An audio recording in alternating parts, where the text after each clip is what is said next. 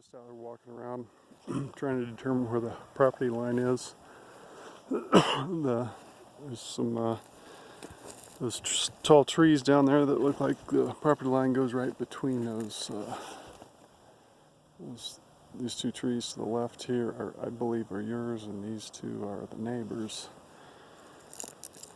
But the neighbor, I asked the neighbor at one point last summer, asked him if he thought the property line paralleled that cutout on the deck, and he didn't think so. I think it does, but there's no property marker on the street. The print shows that the property line would be to the left of an electronic control box that's out on the street there, but there's no indication of where the property is there. And I think it's either possible that the property line is that it's not by the box, that the box has been moved, what leads me to that conclusion is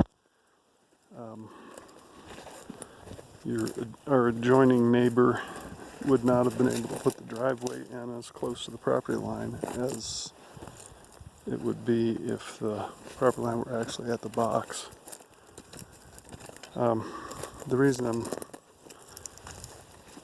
bringing this up is that those trees right there are starting to shade the spruce trees, so at some point those spruce trees are not going to be very healthy if those trees continue to grow. One solution would be to kind of trim up all the branches on one side of the tree, which they're definitely, if they're not on your property, the branches are hanging out over your property, especially up in this area right here, because they're well over the, you can kind of see the electrical box in the distance there. So now you can get a better view where the electrical box is in relation. But you see the driveway would only be about 3 feet from the property line, and there's a 7.5 foot utility easement. So either the driveway is in the wrong place, or that box has been moved since the original plan was drawn in the mid-90s. So I guess really the only way to figure that out would be to get somebody to survey the property line and find out for sure, but